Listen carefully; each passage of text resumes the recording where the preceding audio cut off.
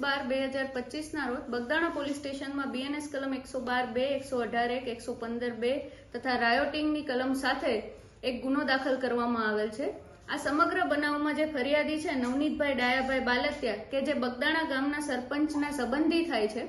તેઓ દ્વારા પોલીસને એક માહિતી આપવામાં આવે છે કે તેઓ રાતે જ્યારે એક વરના ગાડીનો પીછો કરતા હોય છે, એવામાં 8 અજાણ્યા શખ્સો દ્વારા ગાડીમાંથી ઉતરી તેઓ ઉપર હુમલો કરી તેમના હાથમાં ફ્રેક્ચર નિપજાવી તથા મૂંઢ ઈજાઓ કરી તેમને ઈજા પહોંચાડેલ છે। આ સમગ્ર બનાવની જાણ પોલીસને થતા પોલીસે તાત્કાલિક આ સમગ્ર બનાવની તપાસ હાથ ધરવામાં આવેલ છે પોલીસ દ્વારા, અને આ સમગ્ર બનાવની તપાસ દરમિયાન CCTV કેમેરા તેમજ હ્યુમન સોર્સના આધારે આ જે આરોપીઓ છે એની શોધખોળ હાથ ધરવામાં આવે છે। એવામાં ફરિયાદી જે નવનીતભાઈ છે તેઓ દ્વારા પોલીસને બનાવ સમયનો એક વિડીયો આપવામાં આવેલ છે। આ વિડીયોમાં એક નામ છે નાજાભાઈ ધીંગુભાઈ કામળિયા કે જેઓનું નામ વિડીયોમાં આવતું હોય છે, જેના આધારે આ નાજાભાઈ છે નાજુભાઈ તેઓને પોલીસ દ્વારા તાત્કાલિક હસ્તગત કરવામાં આવેલ છે। અને આ નાજુભાઈની પૂછપરછ દરમિયાન પોલીસને જણાય આવે છે કે આ જે નાજુભાઈ છે એ દારૂના ધંધા સાથે સંકળાયેલ આરોપી છે અને અવારનવાર LCB તેમજ લોકલ પોલીસ દ્વારા તેના પર કેસ કરવામાં આવેલ છે, અને આ સમગ્ર કેસ છે જે આ કેસ એમના પર થયેલા છે તેની બાતમી આ નવનીતભાઈ ડાયાભાઈ બાલતિયા આપતા હોવાની એમને શંકા હોય છે,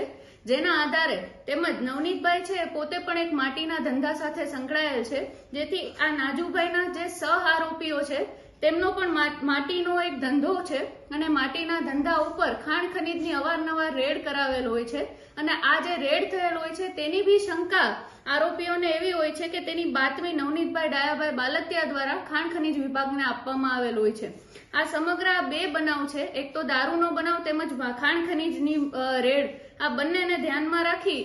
એનો એ બાબત અંગે રાગ દ્વેષ રાખી આ જે 8 આરોપીઓ છે જેની પોલીસ દ્વારા હાલ ઓળખ થઈ ગયેલ છે, અને નાજુભાઈ ઢીંગુભાઈ કામળિયા દ્વારા બી તેના નામ આપવામાં આવે છે પોલીસને, અને આ સમગ્ર બનાવના આધારે પોલીસ દ્વારા નાજુભાઈને તાત્કાલિક હસ્તગત કરી તેની પૂછપરછ હાથ ધરવામાં આવેલ છે। આમાં 24 ડિસેમ્બરને લઈને જે કાંદીવલીની અંદર માયાભાઈ આહિરનો જે વિડીયો એક વાયરલ થયો છે, ત્યારબાદ એક સોશિયલ મીડિયાની અંદર જે માફી માંગે છે તે એક વિડીયો વાયરલ થયો છે, ત્યારબાદ આ જે નવનીતભાઈ ઉપર હુમલો થવા પામ્યો છે આની અંદર કંઈક ને કંઈ મોટા માથા સંડોવો આવ્યો હોય તેવું એ નવનીતભાઈ કહી રહ્યા છે, તો આ શું કહેશો?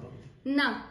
હાલ પોલીસની જે તપાસ પોલીસ દ્વારા જે તપાસ કરવામાં આવેલ છે તેમજ પોલીસ દ્વારા જે CDR એનાલિસિસ તેમજ CCTV કેમેરાની જે તપાસ કરવામાં આવેલ છે તેના આધારે તેમજ આજે જે મુખ્ય આરોપી છે નાજુભાઈ ધીંગુભાઈ કામળિયા તેમની પૂછપરછ દરમિયાન બી આ બાબતને અને જે નવનીતભાઈ ઉપર જે હુમલો થયો છે તેને કોઈ સામ્યતા જણાઈ આવતી નથી, અને જે અંગે પોલીસને હાલ કોઈ પુરાવા મળેલ નથી। આ 8 આરોપી છે એની અંદર 8 આરોપીના નામ શું છે અને આ 8 આરોપી માયાભાઈ સાથે કે એના દીકરા જયરાજ સાથે કોઈ સંકલન છે કે કેમ?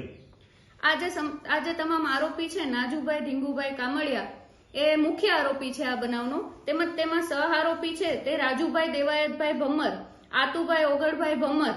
વિરેન્દ્રસિંહ જયરાજભાઈ પરમાર, સતીશભાઈ વિજયભાઈ વનાડિયા, ભાવેશભાઈ ભગવાનભાઈ શેલાણા, પંકજભાઈ માવજીભાઈ મેર તેમજ વીરુભાઈ મધુભાઈ શેડા, આ તમામના નામ મુખ્ય આરોપી દ્વારા પોલીસને હાલ આપવામાં આવેલ છે। નવનીતભાઈ ડાયાભાઈ બાલતિયા કોળી, ગામ બગદાણા,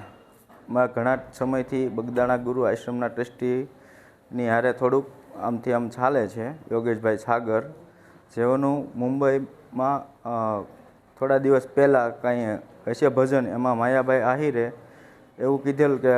આ મેનેજિંગ ટ્રસ્ટી યોગેશભાઈ સાગર છે, તો અત્યારે હાલમાં કોઈ બગદાણા ગુરુ આશ્રમની અંદર મેનેજિંગ ટ્રસ્ટી નથી,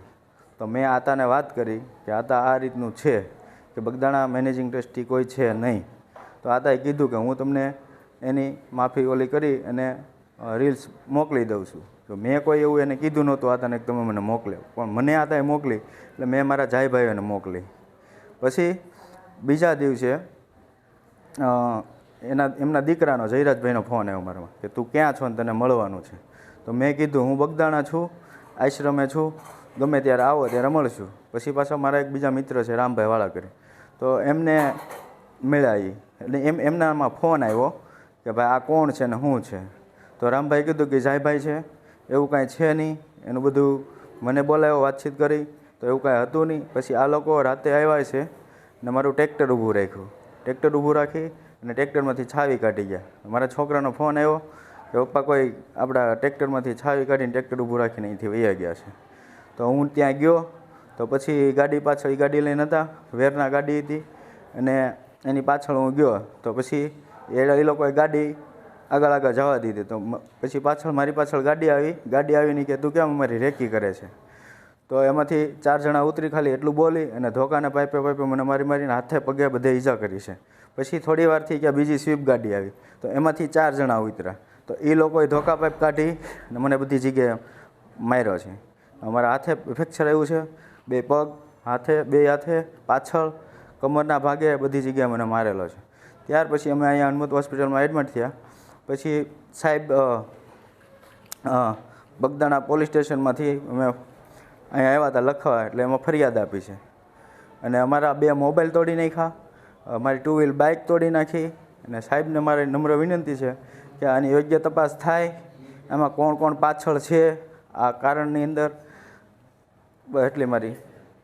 એસપી સાહેબને મારી વિનંતી છે કે આની અંદર કદાચ મોટા માથા હોય ખરા કાંઈ પણ.